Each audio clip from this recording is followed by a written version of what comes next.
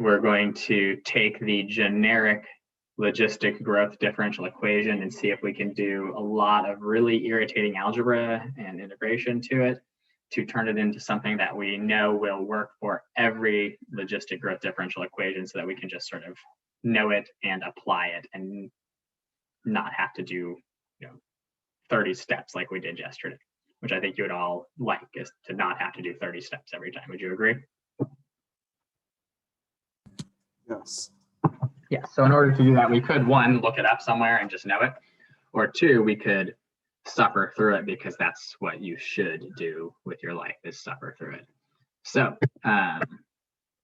let's separate the variables. So we'll bring our d, oh, that's way bigger than I wanted it to be. We'll bring our dt over here, and we'll bring all of our p stuff to the other side. This time I'm going to leave our constant of k on the right hand side.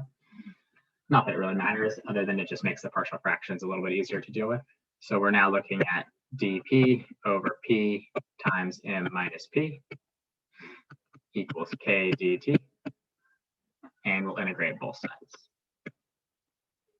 And so we know we have to do the partial fractions on 1 over p times m minus p. So let's real quickly do that.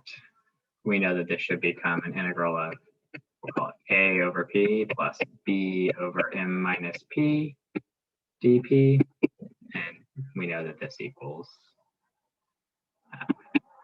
kt plus a constant, right? Everybody good so far? And then we'll do the partial fractions. Yes. Okay, so we should be doing an a times an m minus p, so that'll be a m minus a p for our AP class. That's exciting. Plus the b times the p should equal just 1, right? Which then tells us that, what do we have here? We've got a negative a plus a b should equal 0 for the number of p's on each side, and then our constant, which is a m, needs to equal 1. So a equals 1 over m, and b then should equal what? Also 1 over m, right? Good?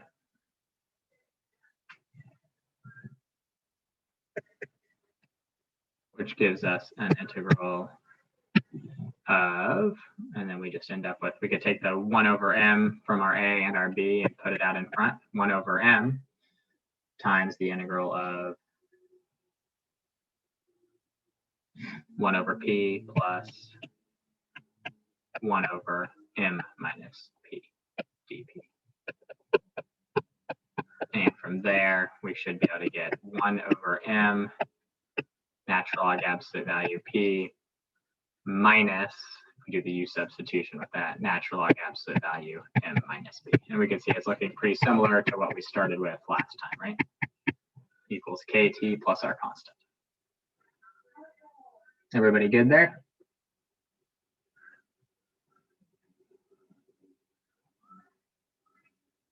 All right, and the first thing we normally do is we solve for our constant. So let's solve for our constant. We weren't given an initial condition, right? But the initial condition that we're going to work with here is that when t equals 0, p is equal to our initial population, just like we did with when we did the exponential growth equation, right? We just said, well, when t is 0, y equals y naught. Well, when t equals 0, p equals p naught.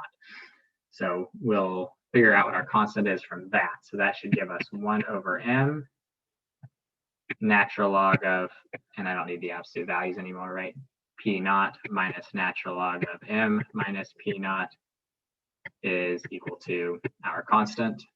And we could rewrite this as 1 over m natural log of p naught over m minus p naught for our constant. Everybody good there?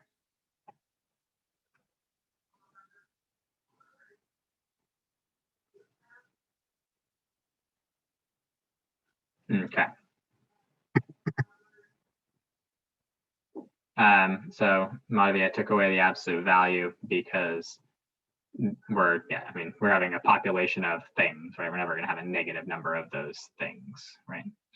So, and our carrying capacity minus the number of those things is always still going to be, and the number minus the number we start with, this is always going to be a number that's smaller than our carrying capacity, so it's always positive.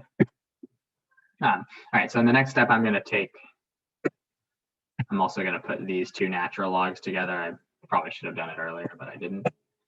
So let's see, that's going to give us 1 over m natural log p naught over m minus p naught. I'm sorry, not those two. What am I talking about? These two, and put them together. I did those two already. So that's going to give us 1 over m, and then natural log of p over m minus p is equal to, we had kt plus our constant, and our constant was 1 over m natural log of p naught over m minus p naught. Everybody following along with all that algebra so far?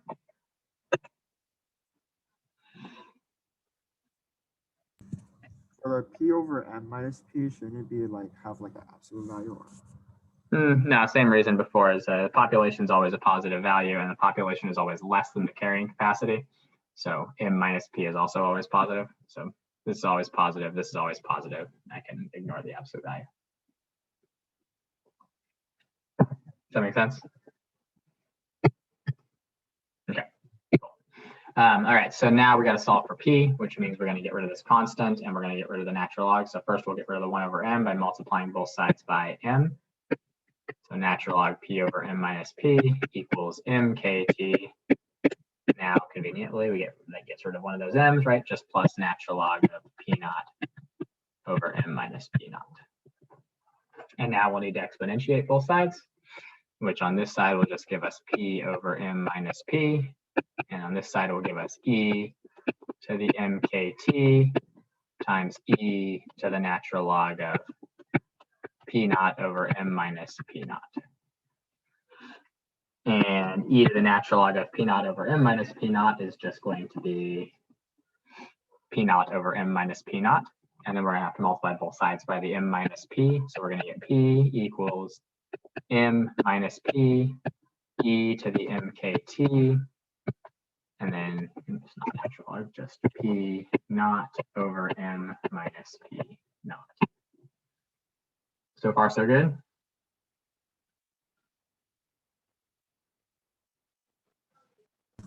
Yes. Okay. Then we will distribute everything outside of this m minus p through to the m minus p, because that's what we got to do to get all the p's back onto one side in the numerator and solve. So that ought to give us p equals m e to the mkt times p naught over m minus p naught minus p e to the mkt times p naught over m minus p naught. And then we'll be able to take our minus p e to the mkt times p naught over m minus p naught and bring it to the other side with the other p. And then we should be able to factor those out. So that should give us p plus that thing we just had, which is p, that doesn't look like an e, p e to the mkt times p naught over m minus p naught. And it should now equal m e to the mkt times p naught over m minus p naught. Everybody still good?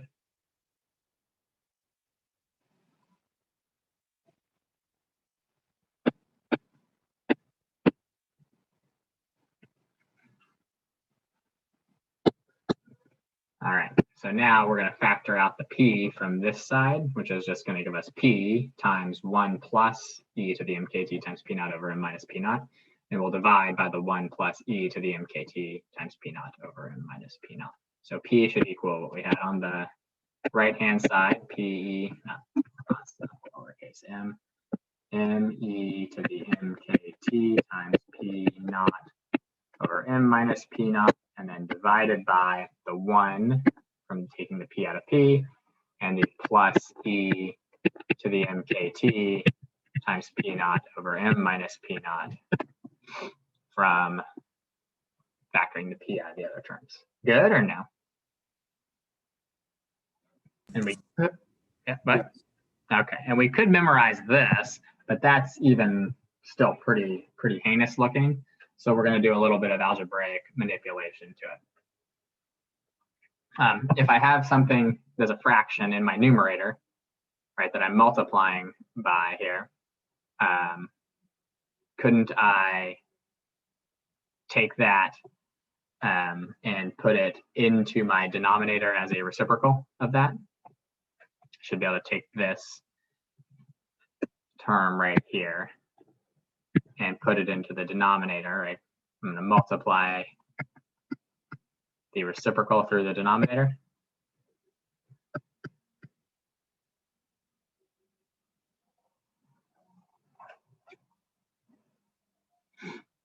That's how multiplying and dividing by fractions work. So if I multiply by the reciprocal in the denominator, I'm going to get p equals, and I'm still going to have an m e to the mkt up here in the numerator. In the denominator, I'm going to have an m minus p naught over p naught.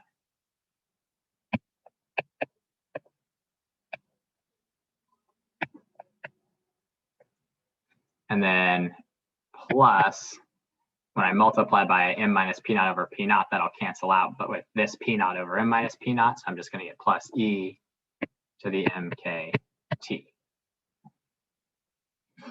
Good or no?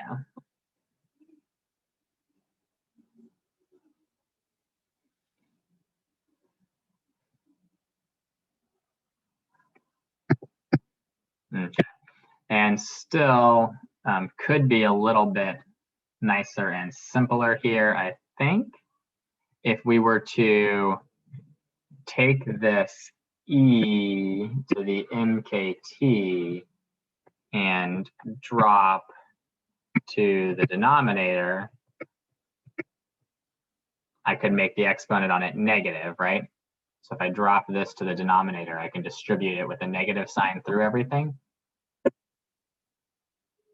which is going to turn this e to the mkt, if it's being multiplied by an e to the negative mkt, into e to the 0, which will just be a 1. So we're going to still have an m in the numerator. We're going to have a 1 in the denominator. And then we're going to have a plus. And we're still going to have this coefficient of m minus p naught over p naught with an e to the negative mkt being multiplied by it. So we should have 1 plus m minus p naught over p naught times e to the negative mkt. And this is about as nice and simple, I think, as we can get a formula for the solution to a logistic differential equation. A lot of little steps there, but it'll be really nice to not have to complete all of those steps every time with every logistic differential equation that we see. Any questions on that process?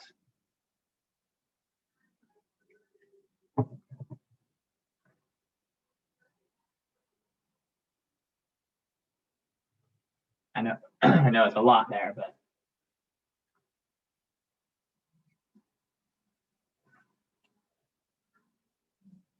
All right.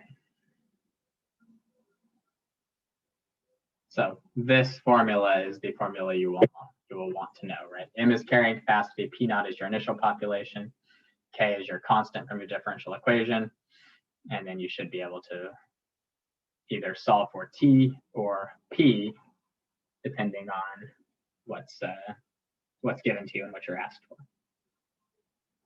So let's see if we can do one of these now. So we've got the growth of a population for a town between 1950 and 2003 was logistic, and it has this differential equation. So P dp dt equals P times 0.1 minus 3.125 times 10 to the negative 7th P. And we want to have an initial condition of 12,800 and model the growth using a logistic function. So what's the first thing we need to do here, do you think?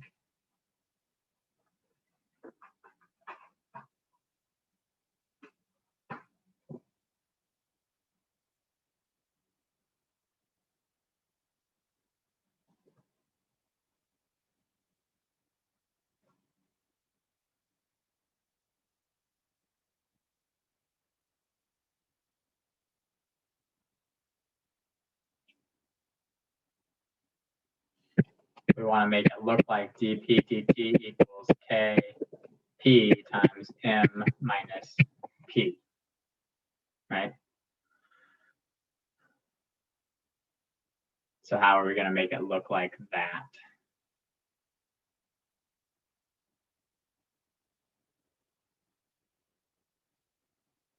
We're going to have to factor something out from our differential equation, right?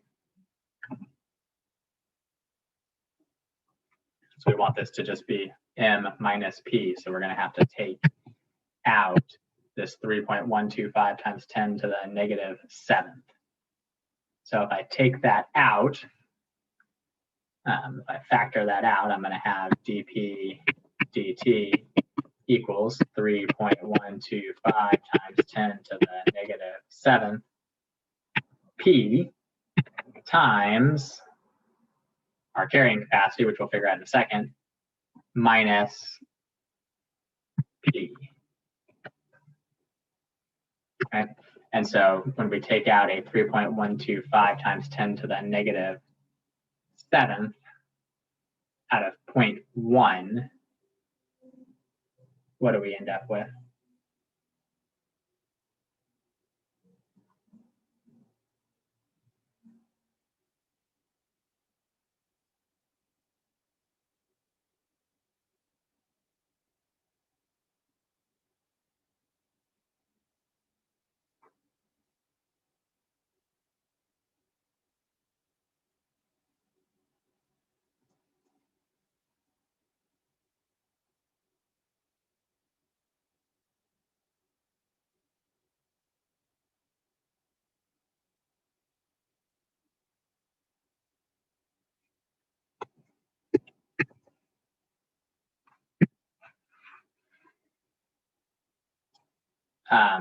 Well, before we get an answer from that, so Nick, I knew that the value for k was going to be this 3.125 times 10 to the negative 7th because I need this inside part to look like m minus p.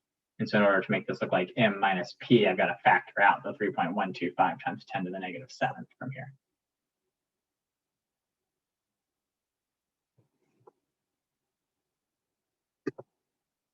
So effectively, I'm multiplying the inside of this by 3.125 times 10 to the negative 7th, and I'm multiplying the outside of it by 1 over 3.125 times 10 to the negative 7, or times, so I'm multiplying the inside by 3.125 times 10 to the 7th, and I'm doing the same with the outside, dividing by that.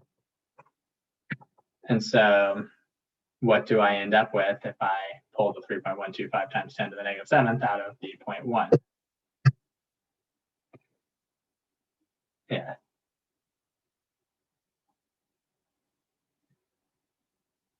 Should be 320,000. Is that what you got, Ashley? Yeah, I would agree with that. That seems reasonable. All right, so it's 0.1 divided by 3.125 times 10 to the negative 7.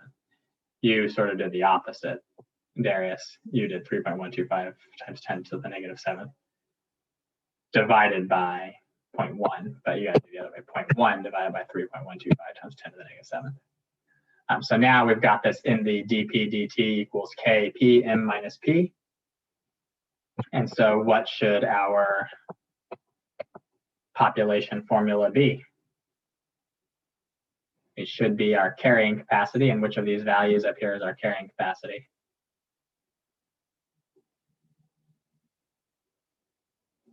That should be our m value, right, our 320,000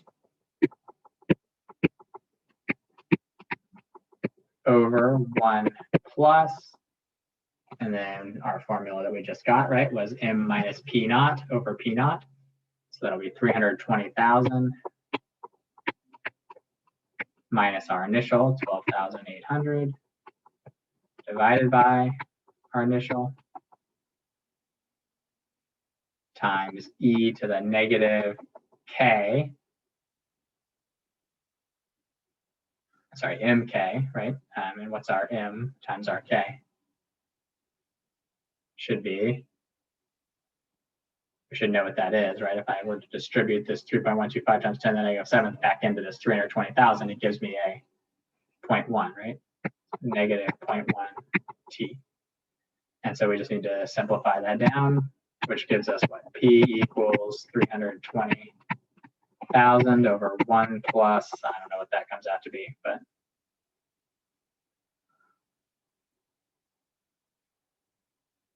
what does that come out to be?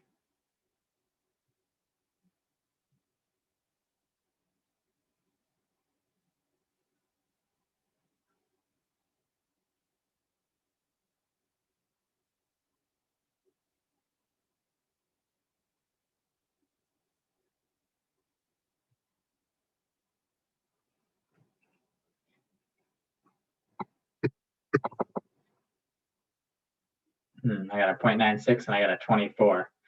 I think 24 sounds better to me because this number on top is much bigger than that number on the bottom. So 24 e to the negative 0.1 t. And that should allow us, given any number of years between 1950 and 2003, should tell us what the population is. Any questions on what we did there?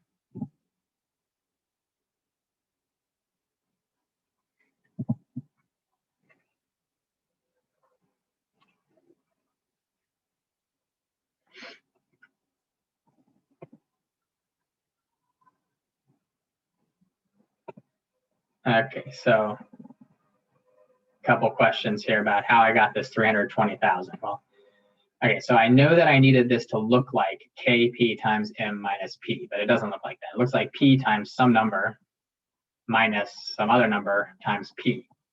Well, I've got this number minus some factor of p inside of here. So in order to get it to look like some number minus p, I just need to factor this thing out. Well, when you factor this thing out, you divide what's in here, this 3.125 times 10 to the negative 7th by both terms, and then you put it out in the front, right? Like multiply it by 3.125 times 10 to the negative 7th out in front, and divide both things in it by 3.125 times 10 to the negative 7th. That's, I mean, you know, if I have x, if I have 2x squared plus 4, how do you factor that? You take the 2 out of both of those, and you divide both these things by 2, right? I divide both these by 2 and put a 2 out front. Well, I just divide both these things by 3.125 times 10 to the negative 7th and put a 3.125 times 10 to the negative 7th out in front. So 0.1 divided by 3.125 times 10 to the negative 7th was 320,000. Does that help those of you that were asking about where the 320,000 came from? Just factoring.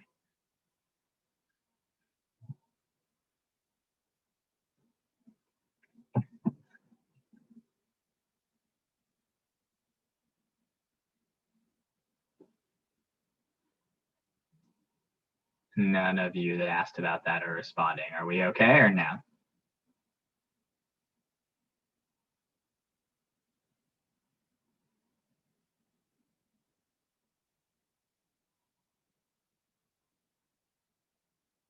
I'm going to wait a second still, because so think about it like you're factoring. That's what you're doing, right? We want this to become m minus p. So we want to get rid of this term. So we're just going to factor this term, this 3.125 times 10 to the negative 7th out of the parentheses. And so in order to do that, like any sort of factoring, right, the common term here was 2, right? I factored a 2 out of this. So I divided both x squared by 2 and 4 by 2, and then put the 2 outside. So if I want to pull this 3.125 times 10 to the negative 7th out to the outside, I put it out there. And I divide 0.1 by the 3.125 times 10 to the negative 7th. That's what gives me the 320,000. And I divide the 3.125 times 10 to the negative 7th by 3.125 times 10 to the negative 7th, and that just gives me a 1 in front of my p. Okay, I think everyone is good now. Is that true? Yes. All right. Cool. All right. Let's do another one. Oh, this one looks much nicer and easier. This one's already in the form that we want it to be in. Isn't that convenient? So let's do this one.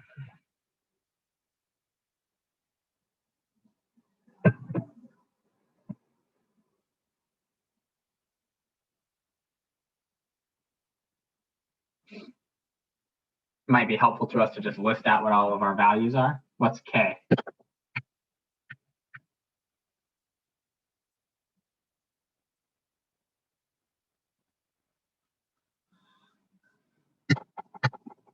Okay, good. K is 0.0015. What is M? Our carrying capacity should be 150. Good. I think we were given an initial population. What was our initial population? Should be 6. So we should just be able to throw all of that straight into that formula where P is equal to what? Should be carrying capacity over 1 plus, and then it'll be 150 minus the initial population divided by the initial population. Always came out to be that constant in front of the e to the negative mkt. And so what's that? That's 144 divided by 6. That is 24. Okay. And then e to the negative m times k. So let's see, 15 times 15 is 225, right, with four decimals, and then third decimal comes off. So that should be 0.225 t. Does that look about right to everybody?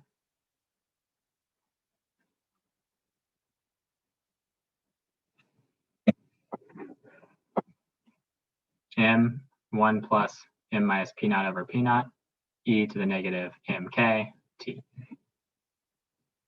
So that's our formula for the Guppy population.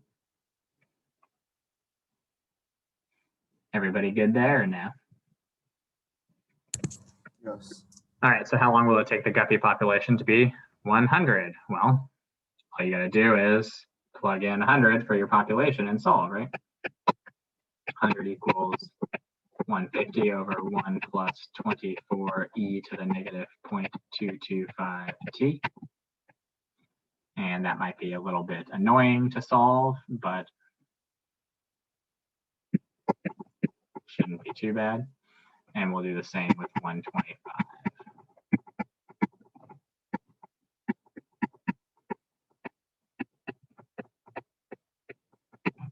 And all we gotta do is multiply that 1 plus 24 e to the negative 0.225 t to the other side. And we can distribute the 100 through, subtract and divide and natural log and divide and get some number. I trust your algebra on this, so why don't you do those and let me know what you get.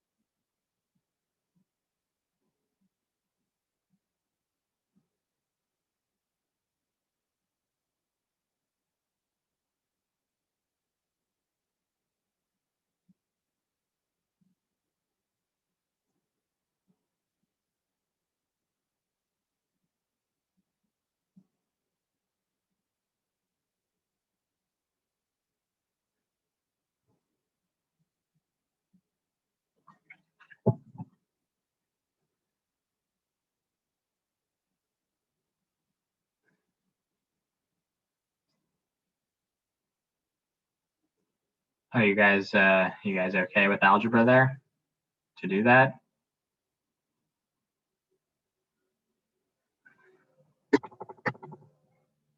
Okay, I mean,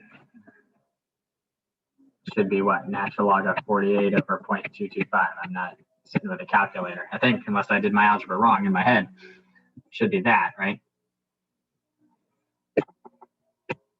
I didn't mean to erase everything.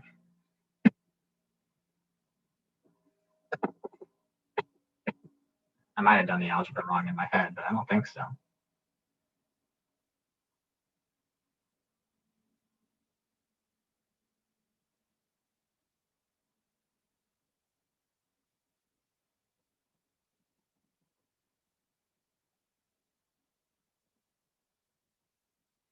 What did you get approximately?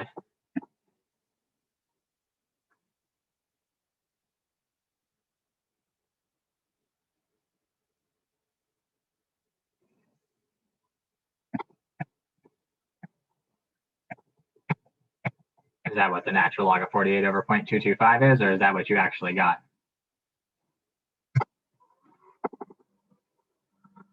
Oh, good. Phew. All right. And this was in weeks. And what about the other one? Should be what?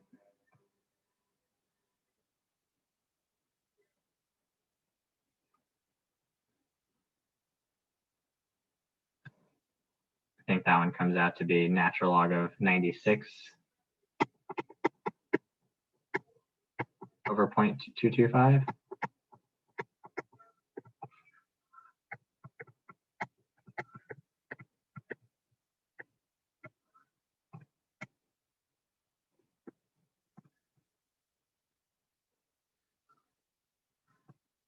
Did I do my arithmetic right there? ln 96 over 0.225. Should be.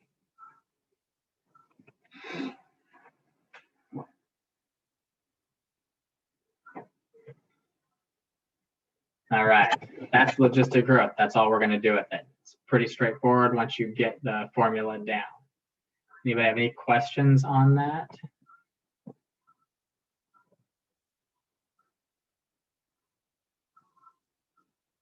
It was? Are you sure? Yeah, it should be different. Yeah, I didn't do that right. Never mind. I forgot that I was multiplying that by 125. What's that ln value come out to be? What's 125 times 24?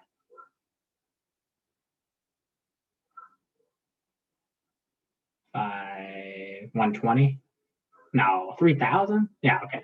But this ends up being 120, is that right? Does that look better? Okay, good. Yeah. Sorry. I just did the arithmetic wrong in my head.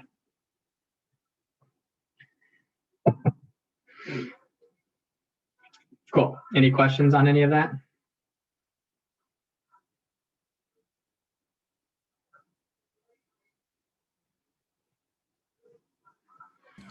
Logistic growth will be on the quiz, right? This Friday?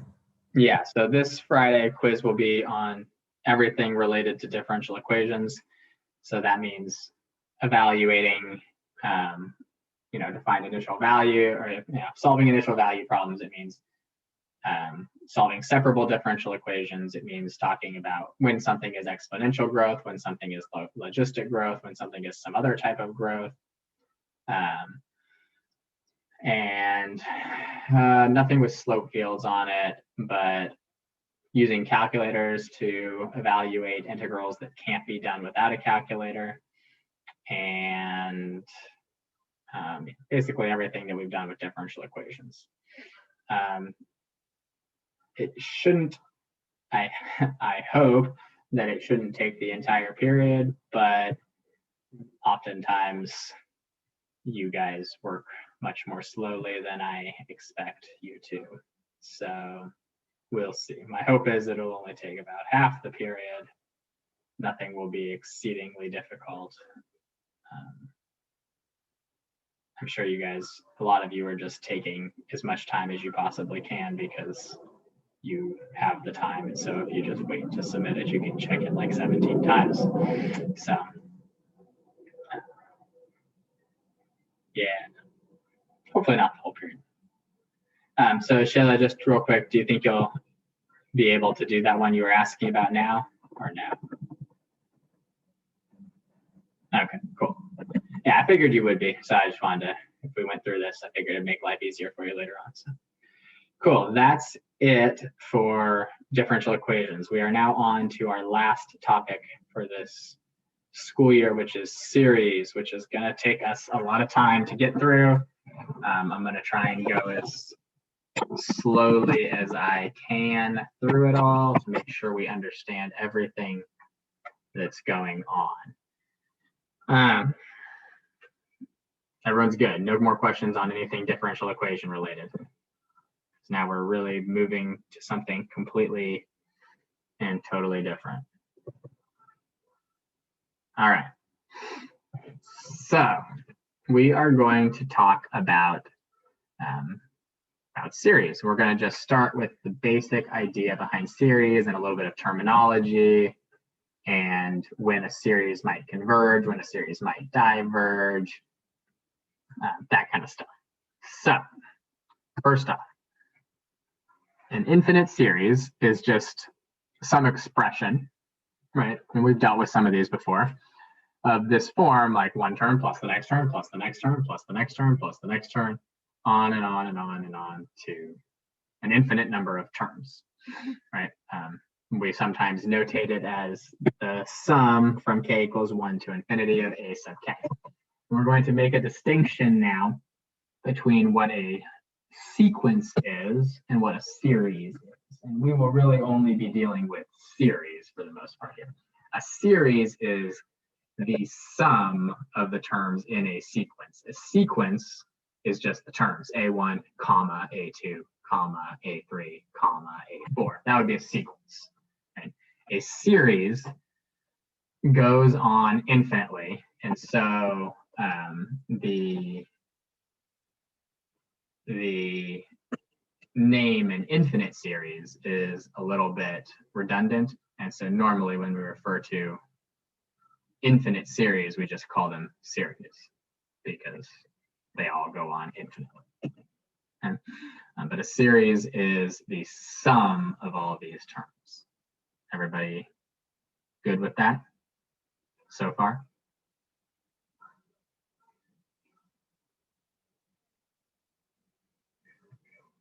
Okay, so we will sometimes talk about the partial sums of a series.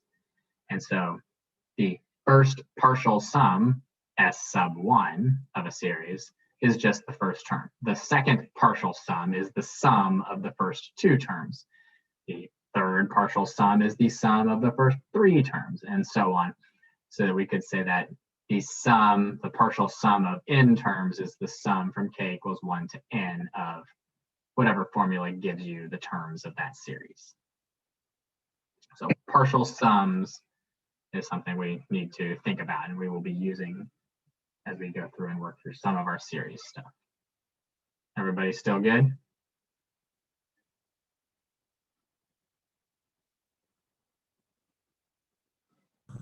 Yes. Perfect. Okay, none of this should be too bad yet.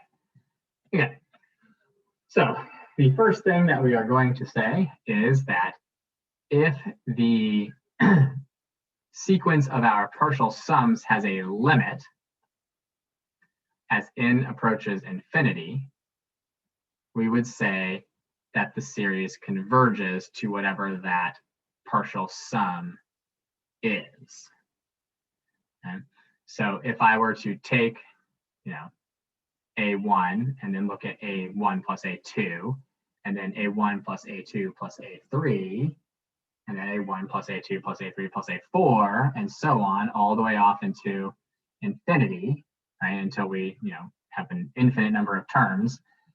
If that thing has a finite limit, if that sequence of terms has a finite limit, we would say that the series converges to whatever that partial sum is. If that limit does not exist, we would say that the series diverges. So if we think about something like the series 1 plus 2 plus 3 plus 4 plus 5 and so on, if we look at the partial sums of this, the first one is 1, the second one is 3, the third one is 6, the fourth one is 10, the fifth one is 15. Right? Is there a limit to the values that those are obtaining?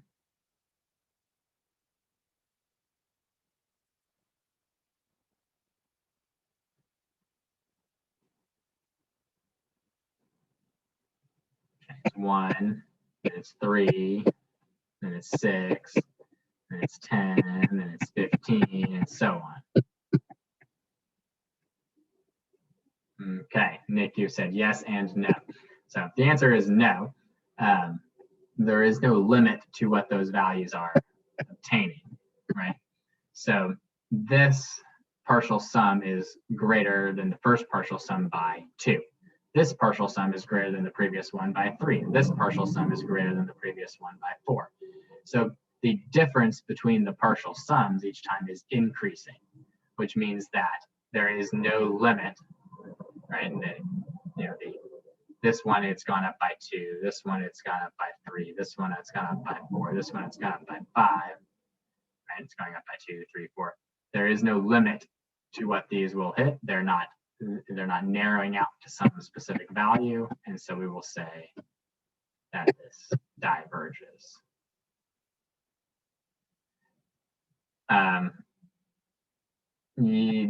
So Madhavi, yeah, some people like to pretend that this is -112, but no, this diverges. Sorry. Yes, it's not Ramanams. It's I will butcher the name Ramanujan. You forgot some J's and Ramanujan. Yeah, you forgot a J and an A and an N and added some extra M's in there when you asked me that. Very famous Indian mathematician. He was like, yeah, very, very famous. Who did he go and work with? I can't remember the name of the guy he went and worked with now. Anyway, that's beside the point. Now, this diverges. Okay. So let's look at these ones. The question is, do the partial sums approach some value? So the first partial sum here is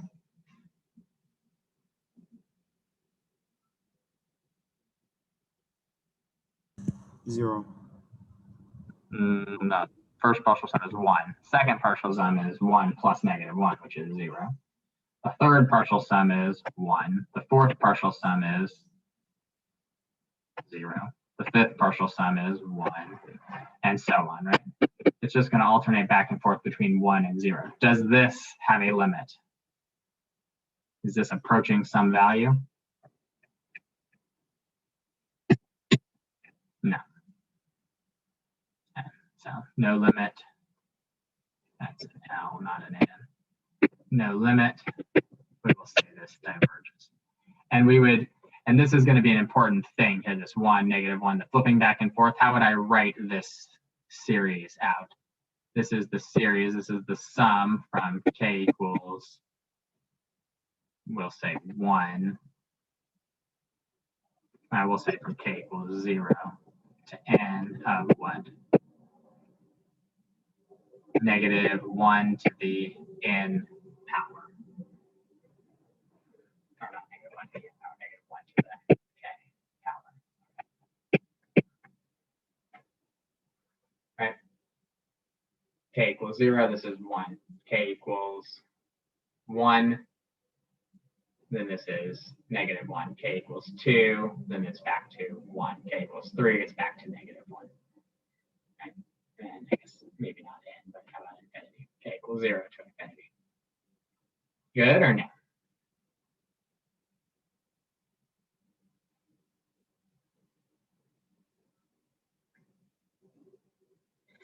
All right. What about this one? What's the first partial sum? It's 3/10, right? Which is 0.3. And then the second one, 3/100ths. Well, 3/10 plus 3/100ths should look like 0.33. And then this one, 3/10 plus 3/100ths plus 3/1000ths should look like this, right? And so on. Every time we're going to add another 3 to it infinitely. And so what does this become? Yeah, Adrian, you're right. This becomes 1/3. So this particular series converges, and it converges to a value of 1/3 because it is the limit of this sequence that contains its partial sums. Good or no?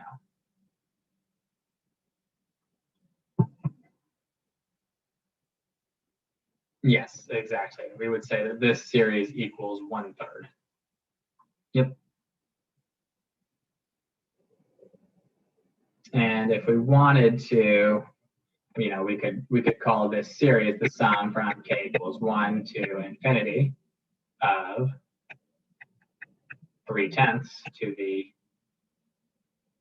actually, of not 3/10 of 3 times 1/10 to the k power. Right? And so when k is 1, this is 3 times a tenth, or 3/10. When k is 2, it's 3 times 100th, or 3/100ths. When k is 3, it's 3 times 1,000th, or 3/1000ths. And this is how we would write out that series. Good?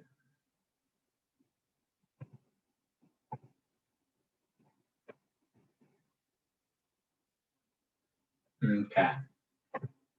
Next thing here then. So we're going to get a little bit more specific about our, rather than looking at the partial sums, we can say that if our infinite series converges, then the limit as k goes towards infinity of the kth term, so of the last term in that series, equals 0, right? And so as, if we go back and look at this, if we let k go towards infinity, this becomes 1 over infinity, doesn't it? Right. 1 to the k is 1, 10 to the k, where k is infinity, would be infinity. 1 over infinity would be 0. 3 times 0 would be 0. We look at that infinite term. If the limit as k approaches infinity of that kth term is 0, then that series will converge. But if we look back at the other ones that we're looking at, like -1 to the k, as k goes towards infinity, right, we have no limit on this value, right? -1 to the infinity is either 1 or it's -1. There is no, the limit there is not 0. It doesn't exist. And so we would then say that if the limit as k approaches infinity of a sub k does not equal 0, then the series must diverge. And that's whether the limit exists or doesn't exist. If the limit exists, but it's not 0, the series must diverge. The only way to make it converge is if the limit as we go towards infinity of the kth term is 0. Basically indicating to us that as we go towards infinity, the thing that we are adding on to it is so insignificant that it's like adding nothing to it. Does that make sense?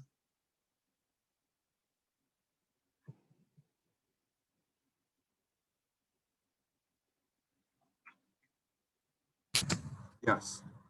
Wonderful. All right. So there are two basic types of series that we generally talk about. One is arithmetic series. We're hardly going to deal with arithmetic series. In fact, we're not really going to deal with arithmetic series at all. An arithmetic series is where there is a common value that I add each time to each successive term. So if I go back here to look at this series, 1 plus 2 plus 3 plus 4 plus 5, this is an arithmetic series. Right? Each term increases by a value of 1 each time. Right? I started at 1. The next term was 1 plus 1. It was 2. The next term was 2 plus 1 was 3. The next term was the 3 plus 1 was 4. That's what we call an arithmetic series. Okay? There are also what we call geometric series. And this one is a geometric series, 3/10 plus 3/100ths plus 3/1000ths, because there is a common ratio between the terms. So 3/10 times a tenth gives us 3/100ths. 3/100ths times 1/10 again gives us 3/1000ths. Each time we're multiplying by 1/10, and that gives us the next successive term in the series. So we call these geometric series, right? Even this one is a geometric series, right? The common ratio between the terms here is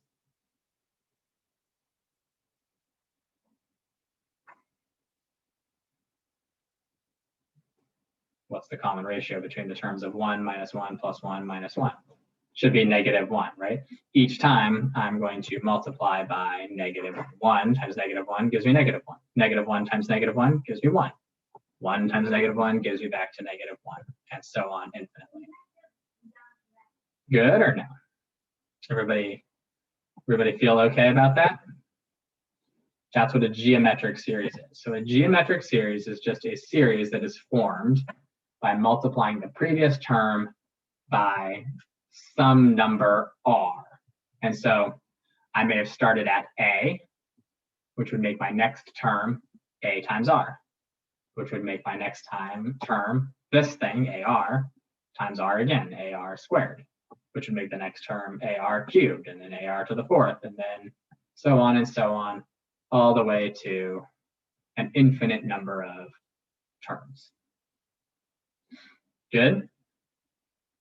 Or no? And this is how we would notate the basic form of a geometric series. The sum, and sometimes we'll use k, sometimes we'll use n. There's no real distinction between those. It doesn't really matter. I think for the most part, I know I just started off using k, but I think for the most part, we're going to use n as we go through here. So we start at n equals 1 and go towards infinity, this being the first term, n equals 1. We plug in 1 for this, we get r to the 0, which is 1 times the a. And we plug in 2, gives us r to the first times a. Plug in 3, gives us r squared times a, and so on and so on and so on. Everybody good so far with our notation there for a basic geometric series?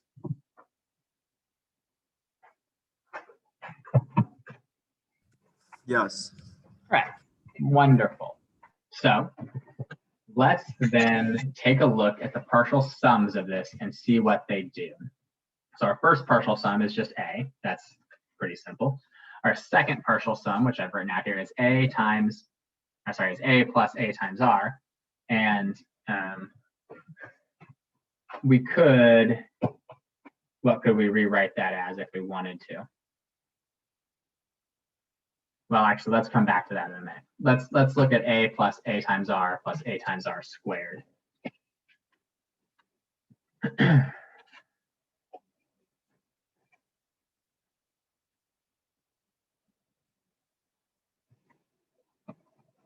Change my mind. Let's go back to the second line. I think this will make it easier for you. If I wanted to, I think that I could factor out the a from this first of all, right? And I get a times 1 plus r. Would you all agree with that? Or no? Yes. Okay. Now, what if I factored the a out of this one? I'd get a times what? 1 plus r squared. Does the 1 plus r squared look familiar to you at all?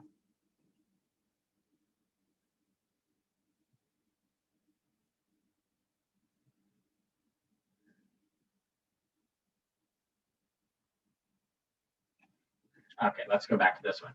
1 plus r should look familiar to you in terms of a power of 2. Let's think about something with a power of 2 that factors to 1 plus r. What's something with a power of 2 that factors to 1 plus r times something else?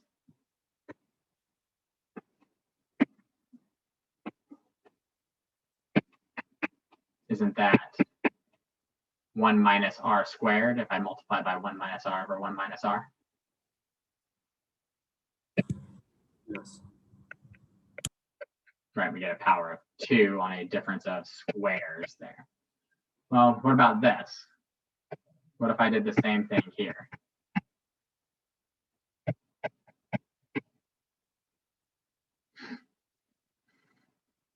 I distribute all this through, what does this become? Becomes a positive 1, right? Becomes a minus r and a plus r, which cancels, and a plus r squared and a minus r squared, which cancels, and a minus r cubed. True? What do you think is going to happen here if I take a times 1 plus r squared plus r cubed and multiply it by 1 minus r over 1 minus r?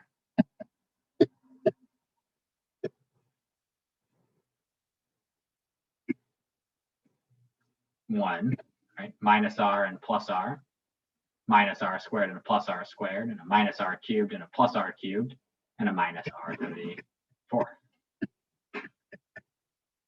Yeah, and we will note as we look at this here, right, that the second partial sum was 1 minus r squared, and our third partial sum was minus r cubed, and our fourth partial sum was minus r to the fourth. And if we wanted to, we could have rewritten this one here, right? This initial one is a times 1 minus r to the first over 1 minus r, and our first partial sum would have a first power up there, wouldn't that? And so I think that we could write out a formula to represent the partial sum for any geometric series, right? What do you think the partial sum formula for any geometric series should be? A times the quantity of 1 minus r to the n over 1 minus r. Perfect, right? Our partial sum for any geometric series should take the form a times 1 minus r to the n over 1 minus r. And if you wanted to, you could rewrite this as a minus a r to the n over 1 minus r. And this is good enough to know also. Okay? But what we're going to do is we're going to take a look at this thing right here, this a minus a r to the n over 1 minus r, and see what happens if we take that geometric series and extend it to infinity. So we're going to look for the limit as n approaches infinity of a minus a r to the n over 1 minus r. Good? Because really partial sums and like pieces of series aren't really that interesting. What's interesting is what happens to them as they go towards infinity. So how do you think we should go about evaluating this limit?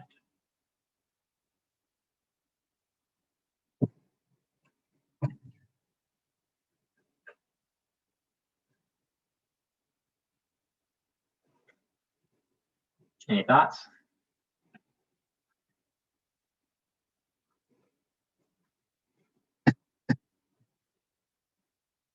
All right, so L'Hopital's rule actually doesn't work here, Darius, because we're looking at a limit as n approaches infinity, and in the denominator as n approaches infinity, it's just 1 minus r, right? So that's not infinite or 0.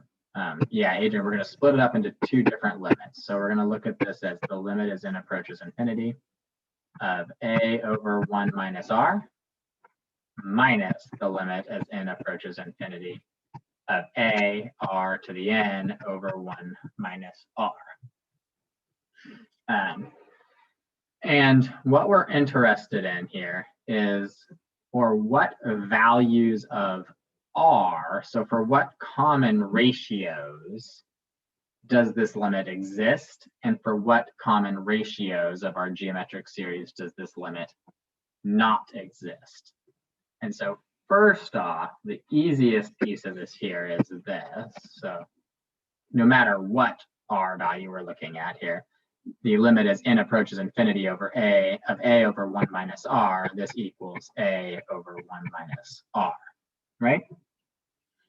But we do still need to figure out something about this other one. And remember, a is just a constant, so I could rewrite this as a times the limit as n approaches infinity of r to the n over 1 minus r. Good or no?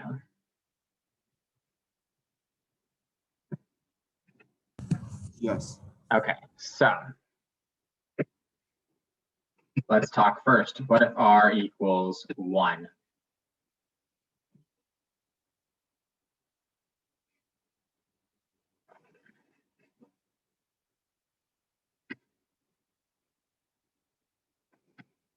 The limit, what? What is the limit, or does it not exist?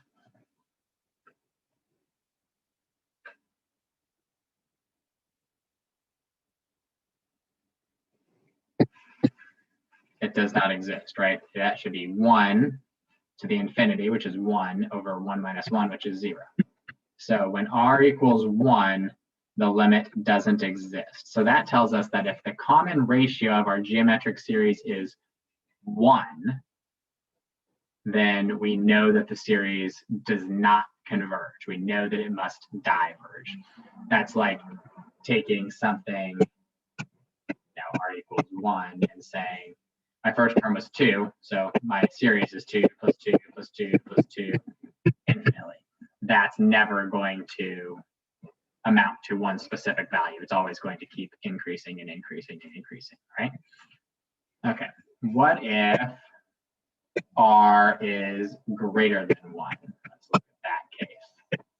If r is greater than 1, then the limit as n approaches infinity of, a times the limit as n approaches infinity of r to the n over 1 minus r should be equal to what?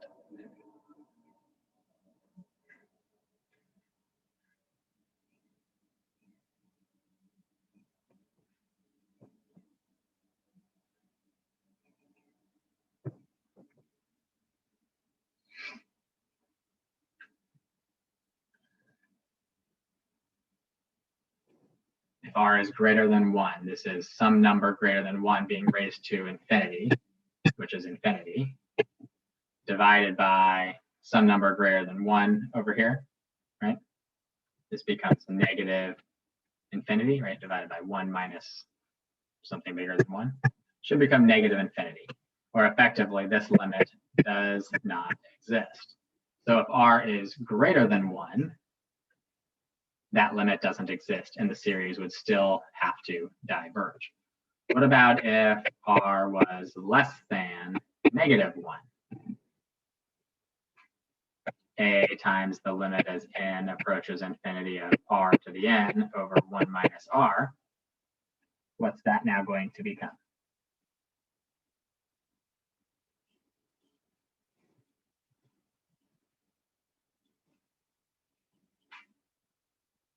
This limit is also going to not exist, right? Because this number in the numerator is getting, as n goes towards infinity, it's flopping back and forth between being very large positive and a very large negative, and we're dividing it by something that's increasing less rapidly than that. So this is not going to exist. So anytime our common ratio is 1 or greater than 1 or less than negative 1, that should tell us that that limit doesn't exist and that the series will not converge. What about if r is less than 1 but greater than negative? What if it's between those values? What does a times the limit as n approaches infinity of r to the n over 1 minus r equal?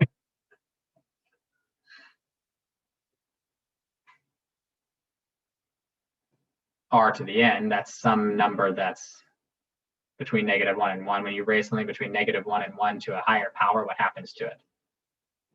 The numerator will continue to get smaller, won't it? Divided by something greater than 1.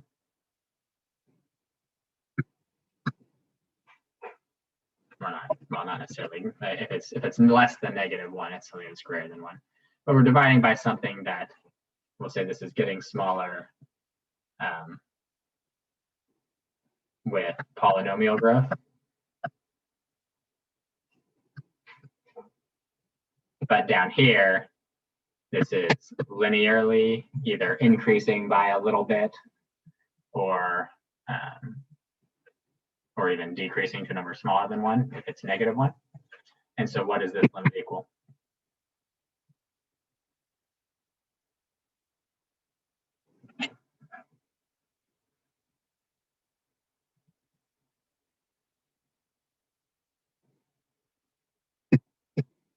should equal 0.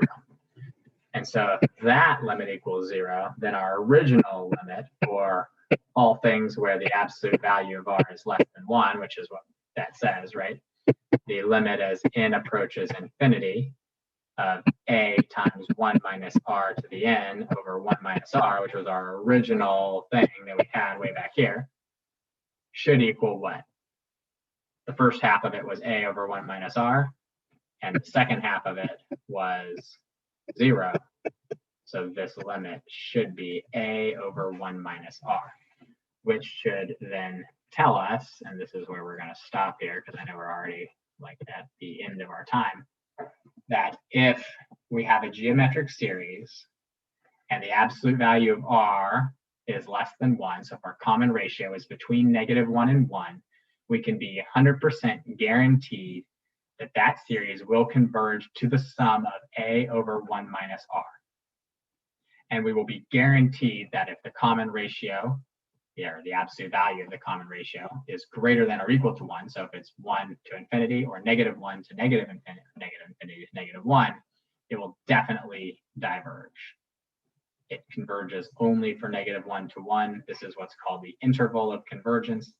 And it's very important to know that a geometric series will converge on this interval, and that it will converge to that value of a over 1 minus r on that.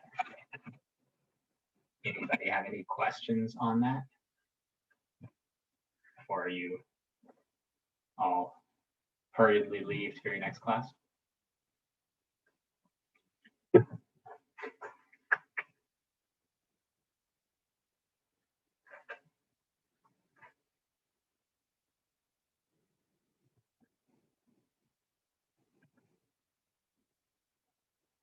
Yes, I can go back to the slide before that.